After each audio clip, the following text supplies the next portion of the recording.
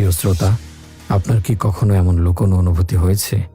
সবকিছু নিস্তব্ধ, তবু মনে হয়েছে কেউ অদেখাভাবে খুব কাছে দাঁড়িয়ে আপনাকে পর্যবেক্ষণ করছে। থেকে থাকলে নির্ভয়ে জানাবেন, আপনার পরিচয় গোপনই থাকবে। একটি ছোট্ট অনুরোধ, গল্পটি যদি মন ছুঁয়ে যায় লাইক দিন, মন্তব্য করুন, আর চ্যানেলটি সাবস্ক্রাইব করতে ভুলবেন না। রাত যখন গভীরতম নীরবতায় ডুবে যায়, জানালার পর্দা একটু সরিয়ে দেখবেন, হয়তো কোনো অদেখা উপস্থিতি ঠিক তখনই আপনার ছায়ার পেছনে নিঃশব্দে দাঁড়িয়ে আছে। প্রথমে আমার পরিচয়টা দিয়ে নেই। আমার নাম তাহের আক্তার, আমি উত্তরায় থাকি। আজ আমি যে ঘটনাটি আপনাকে লিখে পাঠাচ্ছি সেটি আমি শুনেছিলাম আমার এক আন্টির কাছে। মূলত সেই আন্টির হাজব্যান্ডের সাথে এই ঘটনাটি ঘটেছিল। তার হাজব্যান্ডের নাম সোহেল, তিনি মূলত অ্যাম্বুলেন্স ড্রাইভার। আজ আমি আপনাকে সেই অ্যাম্বুলেন্স ড্রাইভারের সাথে ঘটে যাওয়া ভয়ঙ্কর এক রাতের ঘটনা লিখে পাঠাচ্ছি। জানি না আমার ইমেলটি সিলেক্ট হবে কিনা, তবে খুব আশা নিয়ে লিখছি। ঘটনাটি আমি ঠিক সেইভাবে লিখে পাঠাচ্ছি যেভাবে মূলত যার সাথে ঘটনাটি ঘটেছিল সে বলেছিল। বলছেন সোহেল, 2019 সালের শীতকাল। আবহাওয়াটা যেন প্রকৃতির স্বাভাবিক নিয়ম মেনে আসছিল না। হাড় কাঁপানো এক অস্বাভাবিক ঠান্ডা সেই রাতে বাতাসকে ভারী করে তুলেছিল। ঘড়িতে তখন রাত প্রায় 2টা। আমি আমার অ্যাম্বুলেন্স নিয়ে স্ট্যান্ডে বসেছিলাম, হাতে ধোয়া ওঠা চায়ের কাপ, কিন্তু সেই চায়েও যেন শরীর গরম হচ্ছিল না। ঠিক সেই সময় ফোনটা এলো। গ্রামের পাশের ছোট নদীর ধার থেকে 2টো লাশ তুলতে হবে। এক ছেলে আর এক মেয়ে, দুজনে নাকি একই সঙ্গে পানিতে ঝাঁপ দিয়ে আত্মহত্যা করেছে। সাধারণত এমন ঘটনায় পুলিশ থাকে, লোকজনের ভিড় থাকে, কিন্তু আমাকে ফোনে যে কণ্ঠটি নির্দেশ দিল তা ছিল অদ্ভুত রকমের শান্ত, যেন কোনো যান্ত্রিক কণ্ঠস্বর। তারা শুধু বলল, লাশগুলো তুলে নির্দিষ্ট ঠিকানায় পৌঁছে দিতে হবে। পরিবার থেকে কেন কেউ আসেনি বা কেন এত রাতে নির্জন নদীর ধারে আমাকে একা যেতে হচ্ছে সেটা তখন আমার মাথায় ঢোকেনি। পেটের দায়ে এই কাজ করি, তাই বেশি প্রশ্ন না করে গাড়ি স্টার্ট দিলাম। নদীর ধারের রাস্তাটা ছিল কাঁচা এবং এবড়ো থেবড়ো। কুয়াশা এতটাই ঘন ছিল যে হেডলাইটের আলো 10 হাত দূরেও পৌঁছাচ্ছিল না। নদীর পাড়ে পৌঁছে দেখি জনমানবহীন এক অদ্ভুত নিস্তব্ধতা, শুধু পানির ছলছল শব্দ আর ঝিঝি পোকার ডাক। টর্চ জেলে দেখলাম ভেজা মাটিতে 2টো দেহ পড়ে আছে। ছেলে এবং মেয়ে দুজনেই বেশ কম বয়সী। তাদের শরীর ভেজে চুপসে আছে, গায়ের রং ফ্যাকাশে নীল হয়ে গেছে। আমি স্ট্রেচার নামিয়ে যখন লাশ 2টো তুলছিলাম তখন মনে হলো বাতাসের ধরনটা পাল্টে গেছে। এতক্ষণ যে বাতাস বইছিল তা হঠাৎ বন্ধ হয়ে গেল। এক অসহ্য ভ্যাপসা গন্ধ নাকে এলো, পচা পানি আর শ্যাওলার গন্ধ। কষ্ট করে লাশ 2টোকে স্ট্রেচারে তুলে অ্যাম্বুলেন্সের পেছনে ঢোকালাম। আমার অ্যাম্বুলেন্সটার পুরনো মডেলের পেছনে দরজা লাগাতে একটু জোর খাটাতে হয়।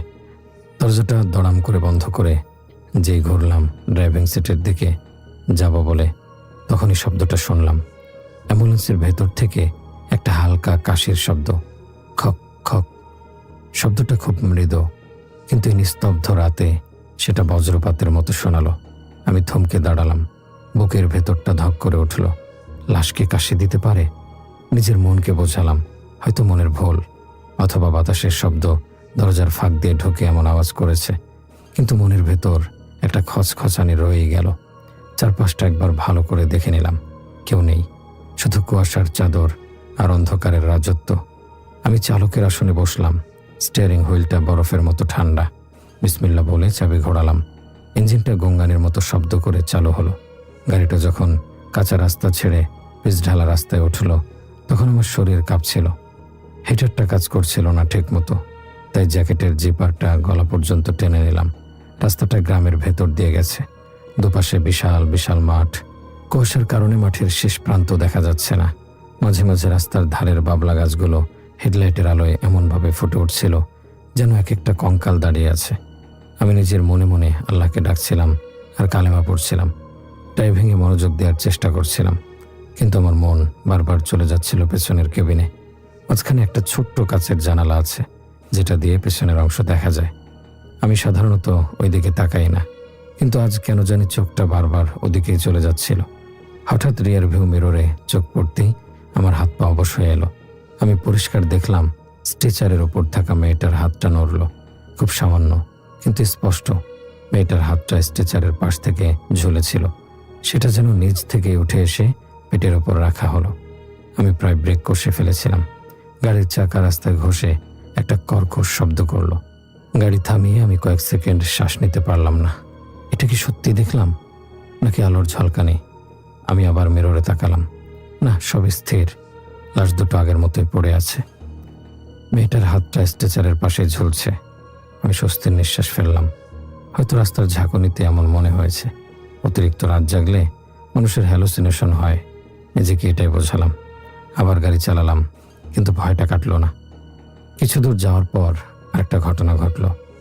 এবার আর দেখার ভুল নয়, শোনার ভুলও নয়। অ্যাম্বুলেন্সের ভেতর থেকে একটা গুনগুন শব্দ আসতে লাগলো।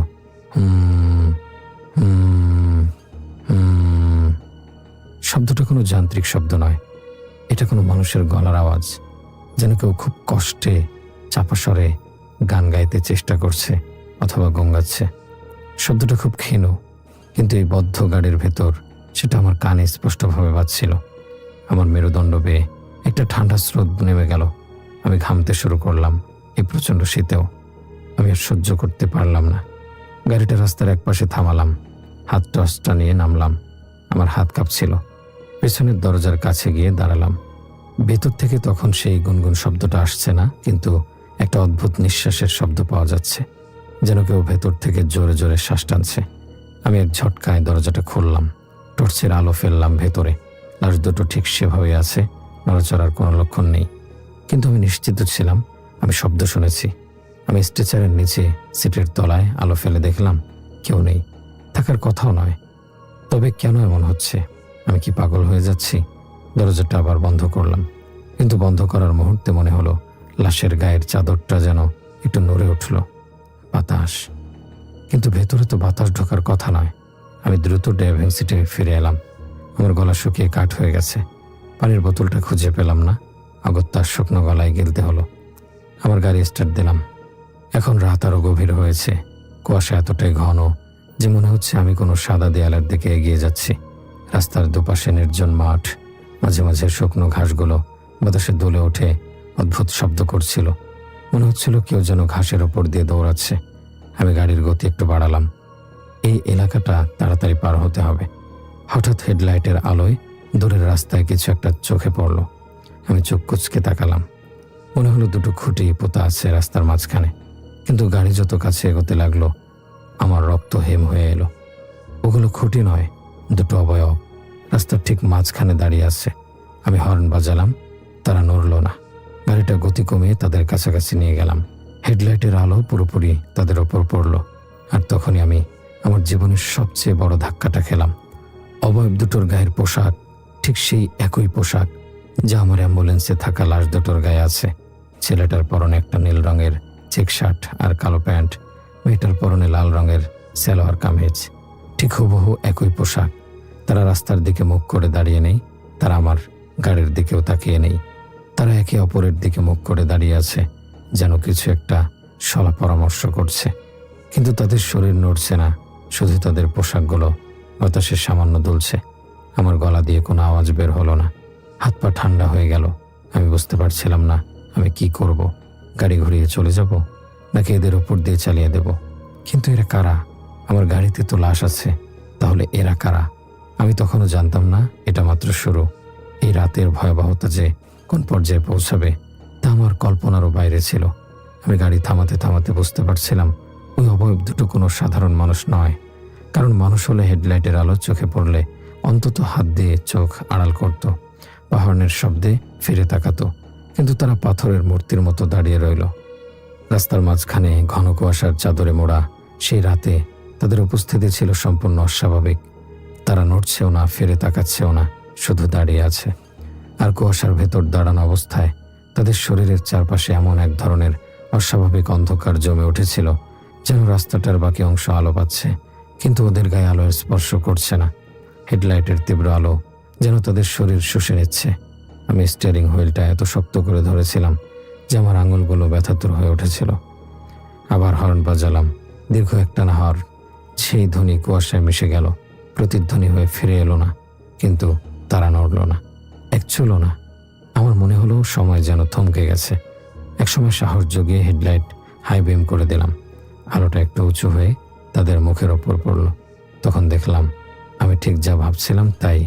ওদের মুখে কোনো ভাব নেই, দুজনে মাথা নিচু করে দাঁড়িয়ে আছে।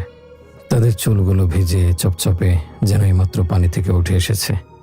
আর যেটা আমাকে সবচেয়ে বেশি কাঁপিয়ে দিয়েছিল সেটা হলো হেডলাইট লাগতেই দুটো অবয়বের ছায়া মাটিতে পড়ল।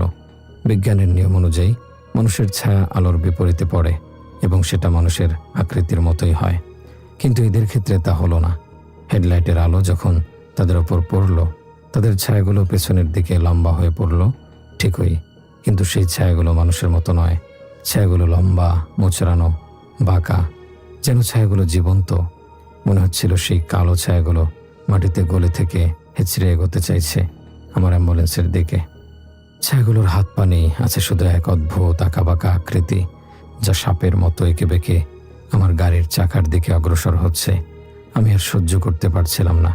আমার মনে হলো আমি যদি এখানে আর এক মুহূর্ত দাঁড়িয়ে থাকি তবে আমার হার্ট অ্যাটাক হয়ে যাবে। আমি জোরে জোরে কালিমা পড়তে শুরু করলাম। লা ইলাহা ইল্লাল্লাহ বিড়বিড় করতে করতে গিয়ার বদলালাম। অ্যাম্বুলেন্সটা যত জোরে সম্ভব সামনে এগিয়ে দিলাম। আমার মনে একটা বুনো জেদ চেপে গেল। ওরা যদি সরে না যায় তবে আমি ওদের ওপর দিয়ে গাড়ি চালিয়ে দেব, যা থাকে কপালে। গাড়িটা গঙ্গাতে গঙ্গাতে গতি নিল। আমি চোখ বন্ধ করে ফেললাম ঠিক ওদের ধাক্কা দেওয়ার আগের মুহূর্তে, কিন্তু কোনো ধাক্কা লাগলো না। কোনো মাংস বা হাড়ের সাথে ধাতব বাড়ির সংঘর্ষের শব্দ হলো না। গাড়ি চালিয়ে ঠিক ওই যে জায়গায় দুটো অবয়ব দাঁড়ানো ছিল সেখান দিয়ে যাওয়ার মুহূর্তে হঠাৎ প্রচণ্ড ঠান্ডা একটা হাওয়া গাড়ির ভেতর দিয়ে ঢোকে আমার বুকের ভেতর কাঁপুনি ধরিয়ে দিল। জানালা বন্ধ ছিল, দরজা লক করা ছিল, তবু সেই বাতাস ঢুকলো। মনে হলো আমি কোনো বরফের বুকের ভেতর দিয়ে গাড়ি চালালাম। আর ঠিক সেই মুহূর্তে মনে হলো কেউ অদৃশ্যভাবে আমার কানের কাছে ঝুঁকে এসে ঠান্ডা নিঃশ্বাস ফেলল। সেই নিঃশ্বাসের গন্ধ ছিল হাজার বছরের পুরনো কবরের স্যাঁতস্যাঁতে গন্ধ। আমি হাঁপাতে হাঁপাতে গাড়ি চালাতে লাগলাম। স্পিডোমিটারের কাঁটা শশ করে কাঁপতে লাগলো। স্টিয়ারিং শক্ত করে ধরলাম যাতে হাত ফসকে না যায়। আমার শরীর ঘামে ভেজে গেছে, অথচ আমি শীতে কাঁপছি। একটু ধাতস্থ হওয়ার পর চোখের কোণ দিয়ে রিয়ার ভিউ মিররে তাকালাম। আমার জানা দরকার ছিল আমি কি পার করে এলাম, কিন্তু পেছনের রাস্তায় কিছু নেই, শুধু অন্ধকার। তবে মিররে চোখ রাখতেই আমার কলিজাটা যেন গলার কাছে উঠে এলো। অ্যাম্বুলেন্সের ভেতরের স্ট্রেচারের পাশ দিয়ে কেউ যেন আস্তে আস্তে হাঁটছে। ভেতরের মৃদু আলোয় আমি স্পষ্ট দেখলাম একটা কালো ছায়া, যার কোনো নির্দিষ্ট আকার নেই, কিন্তু মানুষের উচ্চতার সমান। সেটা লাশ দুটোর পাশ দিয়ে ধীর পায়ে হেঁটে বেড়াচ্ছে। লাশ দুটো যেখানেই আছে তার ঠিক পাশ দিয়ে ওই কালো ছায়াটা ঝুঁকে তাকাচ্ছে ছেলেটার মুখের দিকে। আমি চিৎকার করতে চাইলাম, কিন্তু গলা দিয়ে কোনো স্বর বের হলো না। আমি পাগলের মতো রাস্তা থেকে চোখ সরাতে চাইছিলাম, কিন্তু কৌতূহল আর ভয়ের মিশ্রণে আবার মিররে তাকালাম। কেউ নেই। স্ট্রেচারের পাশটা খালি, কিন্তু লাশের গায়ের চাদরটা এলোমেলো হয়ে আছে। আমি স্পষ্ট মনে করতে পারছি আমি চাদরটা টান টান করে দিয়েছিলাম। হঠাৎ গাড়ি নিজে নিজেই স্লো হয়ে গেল। আমি অ্যাক্সিলারেটরে পা দিয়ে দাবিয়ে রাখলাম, কিন্তু ইঞ্জিনের আরপিএম বাড়ছে না। গাড়িটা যেন কোনো অদৃশ্য শক্তির বাধার মুখে পড়েছে। একেবারে বন্ধ হতে হতে বেঁচে গেল। আমি গিয়ার চেঞ্জ করেও গতি বাড়াতে পারছিলাম না। ইঞ্জিনটা গো গো করছে, যেন খুব ভারী কিছু টানছে। আর তখনই ছাদ থেকে আসা শব্দটা শুনলাম, ধাপ ধাপ ধাপ। কেউ যেন ওপর দিয়ে হাঁটছে অ্যাম্বুলেন্সের ছাদে। একবার নয়, বারবার, ধীরে ধীরে, ভারী পায়ের শব্দ, যেন কেউ খুব ভারী বোট জুতো পরে আমার গাড়ির ছাদের ওপর পায়চারি করছে। প্রতিটি পদক্ষেপে ছাদের টিনটা ডেবে যাওয়ার শব্দ হচ্ছে। আমার হাত পা অসাড় হয়ে আসছিল, ঠোঁট শুকিয়ে কাঠ। মাথার ওপর দিয়ে কেউ হাঁটছে, অথচ আমি গাড়ি চালাচ্ছি 60-70 গতিতে। এটা কোনো মানুষের পক্ষে সম্ভব নয়, কোনো প্রাণীর পক্ষেও সম্ভব নয়।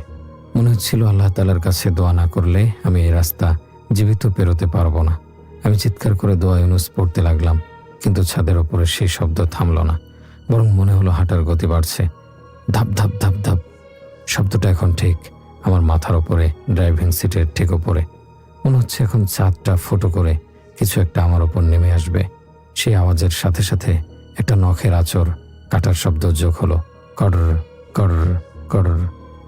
কেউ যেন ছাদের টিনটা নখ দিয়ে খুবলে তোলার চেষ্টা করছে। আমি বুঝতে পারছিলাম না আমি কি করব। গাড়ি থামাবো নাকি চালাবো? থামালে যদি ওই জিনিসটা নেমে আসে, আর যদি চালাই তবে কতক্ষণ এভাবে চলতে পারবো? আমার মস্তিষ্ক কাজ করা বন্ধ করে দিয়েছিল। শুধু জানতাম আমার সাথে খুব খারাপ কিছু একটা ঘটছে, আর এই খারাপ জিনিসটা আমাকে সহজে ছাড়বে না। আমি গাড়িটা থামানোর আপ্রাণ চেষ্টা করছিলাম, কিন্তু আমার ডান পা যেন অবশ হয়ে গেছে। ব্রেক পেডেলে চাপ দিতেই পা কাঁপতে লাগলো থরথর করে। ছাদের ওপর পায়ের শব্দগুলো তখন আরও জোরে শোনা যাচ্ছিল। প্রথমে যে ধীর পদচারণা ছিল তা এখন দৌড়াদৌড়িতে পরিণত হয়েছে। মনে হচ্ছিল কেউ নয়, কিছু একটা দৌড়াচ্ছে, তাণ্ডব করছে আমার মাথার ওপর। অ্যাম্বুলেন্সের পাতলা লোহার ছাদের ওপর যেভাবে ধাপ ধাপ আওয়াজ পড়ছিল, তাতে মনে হচ্ছিল সে জিনিসটা খুব ভারী, আর তার চলাফেরার মধ্যে মানুষের মতো স্বাভাবিক কিছু নেই, বরং অস্বাভাবিকভাবে দ্রুত থেমে থেমে যেন রাগে ফুঁসে উঠছে। একবার শব্দটা সামনে আসছে, পর মুহূর্তেই পেছনের দিকে চলে যাচ্ছে, যেন ওটা খুঁজছে কোথা দিয়ে ভেতরে ঢোকা যায়। আমি আর সহ্য করতে না পেরে চিৎকার করে উঠলাম, কে ওখানে? কে আছিস ওপরে? আমার নিজের গলার আওয়াজ আমার কাছে অপরিচিত শোনালো। ভয়ে চেরা গলায় সেই চিৎকার কুয়াশায় ঢাকা প্রান্তরে মিলিয়ে গেল। আশ্চর্যজনকভাবে আমার চিৎকারের সাথে সাথেই শব্দটা থেমে গেল, একদম থেমে। কিন্তু সেই থামার অনুভূতিটা আরো ভয়ঙ্কর ছিল, কারণ যখন শব্দ থাকে তখন বোঝা যায় আপদটা কোথায় আছে, কি করছে। কিন্তু শব্দ থেমে গেলে বোঝা যায় না এটা ঠিক কোথায় দাঁড়িয়ে আছে বা কি ফোন দিয়ে আসছে। সেই নিস্তব্ধতা ছিল ঝড়ের আগের পূর্বাভাস। আমার মনে হলো ছাদের ওপর সেই জিনিসটা এখন একদম স্থির হয়ে বসে আছে, কান পেতে আমার শ্বাস প্রশ্বাসের শব্দ শুনছে। আমি শ্বাস নিতে পারছিলাম না। গাড়ির ভেতর ঠান্ডা জমে বরফের মতো হয়ে আসছিল। এসি বন্ধ, তবুও মনে হচ্ছে আমি কোনো ডিপ ফ্রিজের ভেতর বসে আছি। আমি ইঞ্জিন রিস্টার্ট দেওয়ার চেষ্টা করলাম, একবার দুবার তিনবার, এবার স্টার্ট নিল না। স্টার্টের শব্দটা কেমন যেন মরা মানুষের গঙ্গানির মতো শোনালো। আমি হতাশ হয়ে স্টিয়ারিংয়ে মাথা ঠেকালাম। ঠিক তখনই রিয়ার ভিউ মিররের ভেতর ছায়ার মতো কিছু একটা নড়ে উঠতে দেখলাম। আমি তাকাতে চাইছিলাম না, কিন্তু মানুষের কৌতূহল বড় অদ্ভুত জিনিস। নিজের অজান্তে চোখ চলে গেল সেখানে। মিররের ভেতর দেখলাম স্ট্রেচারের পেছনে দাঁড়িয়ে আছে একটি অবয়ব। কোনো মুখ নেই, পুরো শরীরটা কালো ধোয়ার মতো কুণ্ডলি পাকানো, কিন্তু ঠিক মানুষের আকারের মতো। যদিও আমি জানি লাশ দুটো ছাড়া ভেতরে আর কেউ থাকার কথা নয়, আর পেছনের দরজাও খুলিনি, তবু সেই অবয়বের উপস্থিতি এতটাই বাস্তব লাগছিল যে আমার হাত পা ঠান্ডা হয়ে গেল। অবয়বটা ধীরে ধীরে মাথা কাত করলো, ঠিক যেভাবে জীবিত মানুষ কৌতূহল নিয়ে মাথা কাত করে দেখে কাউকে চিনতে। কিন্তু এখানে চিনবার কিছু নেই, আমি তো ওদের চিনি না। আমার মনে হলো ওই অবয়বটা আমাকেই দেখছে, মিররের ভেতর দিয়ে আমার চোখের দিকে তাকিয়ে আছে। আমি দ্রুত চোখ সরিয়ে নিলাম, বিড়বিড় করে আয়াতুল কুরসি পড়তে শুরু করলাম, কিন্তু ভয়ের চোটে আয়াতের সবগুলো গুলিয়ে যাচ্ছিল।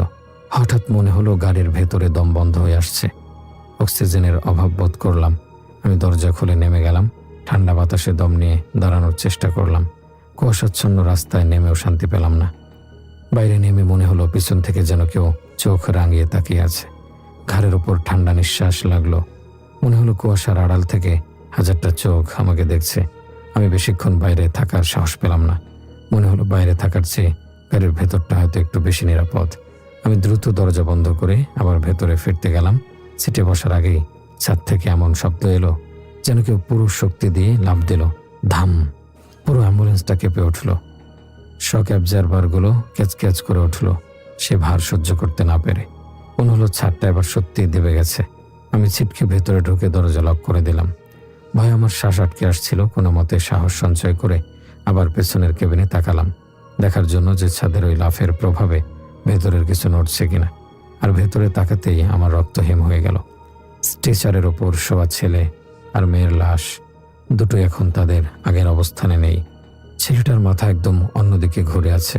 আমি যখন তুলেছিলাম তার মুখ ছিল সোজা, এখন তার মুখটা ঘোরানো, ঠিক যেন ড্রাইভিং সিটের দিকে তাকিয়ে আছে। আর মৃত ফ্যাকাশে চোখ দুটো কি একটু ফাঁক হয়ে আছে। আর মেয়েটার অবস্থা আরো ভয়াবহ। তার একটা পা স্ট্রেচার থেকে ঝুলে আছে, যেন সে নেমে পড়ছিল বা নামার চেষ্টা করছিল। স্ট্রেচারের বেল্টগুলো আলগা হয়ে পড়ে আছে মেঝেতে। আমার মাথা ঝিমঝিম করতে লাগলো। আমি নিশ্চিত আমি ওদের বেল্ট দিয়ে বেঁধেছিলাম। লাশ একা বেল্ট খুলতে পারে না, লাশ নড়তে পারে না। বুঝে গেলাম এটা কোনো দুর্ঘটনা নয়, এই রাত আমাকে ছাড়বে না।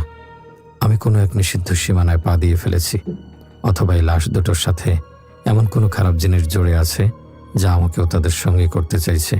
আমার মনে হলো আমি আর একা নই। এই গাড়িতে আমি দুটো লাশ আর এক অদৃশ্য অশুভ শক্তি আমরা সবাই একসাথে যাত্রা করছি এক অজানা গন্তব্যের দিকে। গাড়ি আবার স্টার্ট নেওয়ার আগেই রাস্তার দুই পাশের কুয়াশা ঘন হয়ে একদম দেয়ালের মতো হয়ে দাঁড়িয়ে গেল। হেডলাইট যত শক্তিশালী হোক, আলো যেন কুয়াশার ভেতর ঢুকে অদৃশ্য হয়ে যাচ্ছে। মনে হচ্ছিল কুয়াশাগুলো জীবন্ত, তারা আলোকে গিলে খাচ্ছে। সামনে তাকালে মনে হয় রাস্তা যেন নেই, আর গাড়ি শুধু অন্তহীন অন্ধকারের ওপর দাঁড়িয়ে আছে। পৃথিবীর বাকি অংশের সাথে আমার যেন সমস্ত যোগাযোগ বিচ্ছিন্ন হয়ে গেছে। আমি নিজেকে জোর করে স্থির রাখলাম, এভাবে ভেঙে পড়লে চলবে না, আমাকে এখান থেকে বের হতেই হবে। আল্লাহ তাআলার নাম নিয়ে আবার ইগনিশন চাবি ঘোরালাম। স্ট্যান্ডার্ড গঙ্গাতে গঙ্গাতে শেষমেশ ইঞ্জিনটা চালু হলো। ইঞ্জিনের শব্দটা আজ অন্যরকম, কেমন একটা খসখসে আওয়াজ। আমি গিয়ার ফেলে ক্লাচ ছাড়লাম, গাড়িটা নড়ল। কিন্তু গাড়ি এগোতেই দেখলাম হঠাৎ রাস্তা বদলে গেছে। এখানে আমি সবচেয়ে বেশি ভয় পেলাম, কারণ এই রাস্তার সাথে আমার কোনো পরিচয় নেই। আমি এই এলাকায় বহুবার লাশ বহন করেছি, প্রতিটি মোড়, প্রতিটি গর্ত আমার চেনা, কিন্তু এমন রাস্তা আমি কখনো দেখিনি। পিচ ঢালা রাস্তা উধাও হয়ে গেছে। এখন আমি চলছি এক লালচে মাটির রাস্তার উপর দিয়ে। রাস্তার দুপাশে বিশাল কালো গাছ দাঁড়িয়ে আছে, যা আমি আগে কখনো দেখিনি। গাছগুলোর কাণ্ড এত মোটা আর কালো যে মনে হয় ওগুলো কয়লা দিয়ে তৈরি, কিন্তু সেগুলোর ডালপালা অস্বাভাবিকভাবে নিচু হয়ে রাস্তার উপর ঝুলছে। গাছের ছায়া দেখে মনে হচ্ছিল যেন হাত বাড়িয়ে আমাকে ধরার চেষ্টা করছে। ডালগুলো কঙ্কালের আঙুলের মতো বাঁকানো, বাতাস নেই, একদম স্তব্ধ প্রকৃতি। তবু ডালগুলো দুলছে, এমনভাবে দুলছে যেন কেউ ওগুলোর উপর বসে আছে এবং ইচ্ছাকৃতভাবে ওগুলো ধাক্কা দিচ্ছে বা নড়াচ্ছে।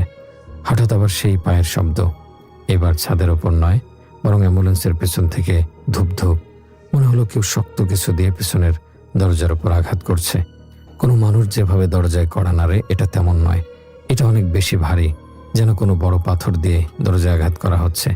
আমি মেররে তাকালাম, লাশ দুটো যেখানে আছে সেখানে পেছনের দরজাটা একটু একটু করে কাঁপছে। ওই কাঁপুনি দেখে আমার আত্মা শুকিয়ে গেল, কারণ দরজাটা কাঁপছিল ভেতরের দিক থেকে নয়। মনে হচ্ছিল বাইরের দিক থেকে কেউ ধাক্কা দিচ্ছে না, বরং ভেতরের দিক থেকে কেউ খোলার চেষ্টা করছে। না, ভুল বললাম, মনে হচ্ছিল বাইরের ওই খারাপ জিনিসটা দরজার সাথে লেপ্টে আছে। আবার শব্দ হলো, এবার দরজার হাতল মোচড়ানোর শব্দ, কচকচ। লক করা দরজা খোলার আপ্রাণ চেষ্টা। আমি জানি দরজা লক করা, কিন্তু ওই শক্তির কাছে কি লক কোনো বাধা? আমি ভাবলাম দরজা খুলতে নামবো কিনা, কিন্তু পরক্ষণেই মনে হলো বন্ধ করলে যা হচ্ছে, খুললে কি হবে তা আমি কল্পনা করতে পারছিলাম না। তখন সামনের রাস্তায় আবার দুইটা অবয়ব দেখা গেল, একেবারে আগের মতো, সে একই ছেলে আর মেয়ে, কিন্তু এবার কিছু আলাদা ছিল। তারা এবার সামনে হাঁটছিল না বা মুখোমুখি দাঁড়িয়েছিল না, বরং তারা এবার আমার অ্যাম্বুলেন্সের দিকে পেছন ফিরে দাঁড়িয়েছিল। তাদের ভঙ্গি ছিল অত্যন্ত হতাশাজনক এবং ভীতিকর। মাথা নিচু, হাত দুটো শরীরের দুই পাশে ঝুলে আছে, কিন্তু শরীর কাঁপছে হালকা করে, যেন ঠান্ডায় নয়, রাগে বা যন্ত্রণায়। তাদের শরীর থেকে এক ধরনের কালো ধোঁয়া বের হচ্ছিল, যা কুয়াশার সাথে মিশে যাচ্ছিল। আমি গতি বাড়াতে চাইলাম, ওদের পাশ কাটিয়ে চলে যেতে চাইলাম, কিন্তু গাড়িটা কিছুতেই স্পিড তুলছিল না। মনে হচ্ছিল চাকাগুলো মাটিতে দেবে যাচ্ছে। আমি যত কাছে যাচ্ছিলাম, অবয়ব দুটোর কাঁপুনি তত বাড়ছিল। হঠাৎ আমার অ্যাম্বুলেন্সের ড্রাইভিং সিটের জানালার কাছের ওপর এক লম্বা ফ্যাকাশে আঙুল টোকা দিল। টক টক টক শব্দটা একদম আমার কানের কাছে। আমি চমকে ডান দিকে তাকালাম, কিন্তু সেখানে কেউ নেই, শুধু কুয়াশা আর অন্ধকার। কিন্তু আমি নিশ্চিত আমি কাছের ওপর আঙুলের টোকা দেখেছি এবং শুনেছি। কাছের ওপর একটা ঝাপসা ছাপ পড়ে আছে, ঠিক যেখানে আঙুলটা ঠেকেছিল। আমি চিৎকার করে উঠলাম, ইয়া আল্লাহ, আমাকে রক্ষা করো। সামনে রাস্তা নেই, শুধু গভীর অন্ধকার। মনে হচ্ছে পৃথিবীটা এখানেই শেষ। একটা বিশাল কালো গহ্বর হা করে আছে আমাকে গিলে ফেলার জন্য। গাছগুলো যেন আরো কাছে সরে আসছে। ডালপালাগুলো আমার গাড়ির ছাদে ঘষা খেতে শুরু করলো। খসখস, যেন হাজারটা নখ দিয়ে গাড়িটাকে আঁচড়াচ্ছে। আমি তখনও জানতাম না আমার সবচেয়ে খারাপ অভিজ্ঞতা সামনে অপেক্ষা করছে। আমার মনে হচ্ছিল আমি কোনো এক অভিশপ্ত চক্রে আটকা পড়েছি, যেখানে সময় এবং স্থান কোনো নিয়ম মানে না, শুধু ভয় আর মৃত্যু এখানে সত্য। অ্যাম্বুলেন্সের ভেতর তখন বরফের মতো ঠান্ডা। হিটারটা পুরোপুরি অকেজ হয়ে গেছে। উল্টো মনে হচ্ছে এসি বেল্ট দিয়ে হিমশীতল বাতাস ঢুকছে। এমন ঠান্ডা যেন কেউ শীতল হাত দিয়ে পুরো গাড়িটার ভেতর ধুয়ে রেখেছে। আমার নিঃশ্বাস ধোয়া হয়ে বেরোচ্ছে। আমি দেখলাম সামনের ওয়েলসিল্ডে ধোয়ার মতো কুয়াশা জমে আছে, কিন্তু গাড়ির বাইরের কুয়াশা নয়, এটা ভেতর থেকে জমছে। উইন্ডশিল্ড তো ভেতর থেকে ঠান্ডা হওয়ার কথা নয়। এর মানে ভেতরেই কিছু আছে যা বাইরের তাপমাত্রার চেয়েও শীতল। আমি যখন গাড়ির গতি কমালাম রাস্তাটা বোঝার জন্য, তখন কাজটা স্পষ্টভাবে কাঁপতে লাগলো। আর সেই কাঁপা কাছের ওপর ধীরে ধীরে আঙুলের দাগ ফুটে উঠল, বাইরে থেকে নয়, ভেতর থেকে। আমার চোখের সামনে কাছের ওপর কুয়াশার আস্তরণ সরিয়ে কেউ লিখছে। প্রথমে একটি আঙুলের ছাপ, তারপর 2টি আঙুল, তারপর পুরো হাতের তালুটা কাছে চেপে বসলো। কিন্তু কোনো হাত নেই, শুধু ছাপটা পড়ছে। কেউ কাছের ভেতর থেকে অদৃশ্য হাত বুলিয়ে লিখল, থামিও না। লেখাটা অগোছালো, যেন কোনো শিশু বা খুব দুর্বল কেউ লিখছে। লেখাটা দেখে আমার হৃদস্পন্দন এত দ্রুত হচ্ছিল যে মনে হচ্ছিল বুকে হাত দিলে কলিজাটা বেরিয়ে আসবে। আমি ঢোক গেলাম। থামিও না মানে কি? থামলে কি হবে? নাকি ওরা আমাকে সতর্ক করছে, নাকি ভয় দেখাচ্ছে? গাড়ির ভেতর হঠাৎ পিনপতন নীরবতা। বাইরের গাছের ঘষাঘষি থামলো, ছাদের শব্দ থামলো। আমি শুধু ইঞ্জিনের একটানা গঙ্গানি শুনতে পাচ্ছিলাম। বাইরে কুয়াশা দুলছে, রাস্তা অচেনা, আর ভেতরে কোনো অদৃশ্য যাত্রী বসে আছে আমার ঠিক পাশেই। আমি অনুভব করতে পারছিলাম প্যাসেঞ্জার সিটে কেউ বসে আছে। সিটটা একটু দেবে গেছে ভারে, কিন্তু তাকানোর সাহস আমার ছিল না। ঠিক তখন স্ট্রেচারের দিক থেকে আওয়াজ এলো, ক্যাচ ক্যাচ, ধীরে, খুব ধীরে, যেন কেউ বসছে। স্ট্রেচারের স্প্রিংগুলো পুরনো, তাই নড়লের শব্দ হয়। কিন্তু এখন তো গাড়ি ঝাঁকি খাচ্ছে না, তাহলে শব্দ হচ্ছে কেন? আমি রিয়ার ভিউ মিররে তাকানোর সাহস জোগাড় করলাম। যা দেখলাম তা আমার রক্ত হিম করে দিল। স্ট্রেচারে থাকা ছেলেটার শরীর একটু একটু করে উঠে বসার চেষ্টা করছে। তার চোখ দুটো যদিও বুজে, মুখটা ফ্যাকাশে নীল, কিন্তু গায়ের অবয়ব পুরোটা নড়ছে। মনে হচ্ছে কোনো অদৃশ্য শক্তি তাকে টেনে তোলার চেষ্টা করছে। তার মাথাটা সামনের দিকে ঝুঁকছে, আবার ধপ করে বালিশে পড়ে যাচ্ছে, যেন তার শরীরে প্রাণ নেই, কিন্তু অন্য কেউ তাকে নিয়ন্ত্রণ করছে। আর মেয়েটার হাত যেটা ঝুলেছিল সেটা এখন দুলছে, মাটিতে ঠেকে আবার উঠে আসছে। তার নখগুলো মেঝের মেটালের ওপর ঘষা লেগে একটা বিরক্তিকর শব্দ তৈরি করছে। আমি চোখ বন্ধ করে জোরে জোরে কালেমা ধরলাম, লা ইলাহা ইল্লাল্লাহু মুহাম্মাদুর রাসূলুল্লাহ। আমার গলার স্বর কাঁপছিল। চোখ খুলতেই দেখি অ্যাম্বুলেন্সের মাঝের সিটে ড্রাইভার, আর পেছনের কেবিনের মাঝখানে যে ছোট্ট জায়গাটা থাকে সেখানে সাদা ধোয়ার মতো একটা আকৃতি বসে আছে। পুরো অবয়ব পরিষ্কার নয়, অনেকটা কুয়াশার দলার মতো, কিন্তু বোঝা যাচ্ছে এটা গাড়িতে উঠে বসে আছে। তার কোনো চোখ নেই, মুখ নেই, শুধু একটা আবছা শরীর। আমি একটু নড়তে পারছিলাম না। মনে হচ্ছিল যদি নড়ি তাহলে ধোয়ার অবয়বটা আমার দিকে ঘুরে তাকাবে, আর যদি সে তাকায় তবে আমি হয়তো আর বাঁচব না। বাতাসে তখন একটা গন্ধ ছড়িয়ে পড়ল, পানি আর কাদার গন্ধ, পচা শ্যাওলার গন্ধ। ঠিক সেই গন্ধ যা নদীর ধারে থাকে, যেখানে তারা দুজনে পানিতে ঝাঁপ দিয়েছিল। মনে হলো অ্যাম্বুলেন্সের ভেতরটা এখন নদীর তলদেশ হয়ে গেছে। আমার দম বন্ধ হয়ে আসছিল সেই গন্ধে। ঠিক তখনই গাড়ির ওপর থেকে আবার লাফের শব্দ, ধাম। এবার শব্দটা আগের চেয়ে অনেক বেশি জোরে হলো। মনে হলো ছাদটা এবার আমার মাথার উপর ভেঙে পড়বে। তারপর আমার কানের একদম কাছে খুব স্পষ্ট ফিসফিস শব্দ, ফিরে যাও, ফিরে যাও। কণ্ঠটা ছেলে না মেয়ে বোঝা গেল না, কিন্তু তাতে এত বেদনার আর্তি ছিল যে আমার বুকের ভেতরটা মোচড় দিয়ে উঠল। সাথে সাথে মনে হলো কেউ একজন আমার ঘাড়ে হাত রাখলো, বরফের মতো ঠান্ডা একটা হাত। আমি আর চিন্তা করলাম না, চিৎকার করে অ্যাম্বুলেন্স চালিয়ে দেই। রাস্তা থাকুক বা না থাকুক, গর্ত থাকুক বা খাদ, আমি শুধু অ্যাক্সিলারেটরে চেপে ধরলাম। সামনে এগোতেই লাগলাম, কারণ দাঁড়ালে আর বাঁচব না, এটা নিশ্চিত ছিল। আমার মনে হলো পেছনের ওই ধোয়া, ওই লাশ, ওই অদৃশ্য হাত, সবাই আমাকে টেনে ধরতে চাইছে। আমি শুধু পালাতে চাইছিলাম। রাত তখন পাতলা হয়ে আসছে। ঘড়িতে কটা বাজে দেখার সাহস বা সময় আমার ছিল না।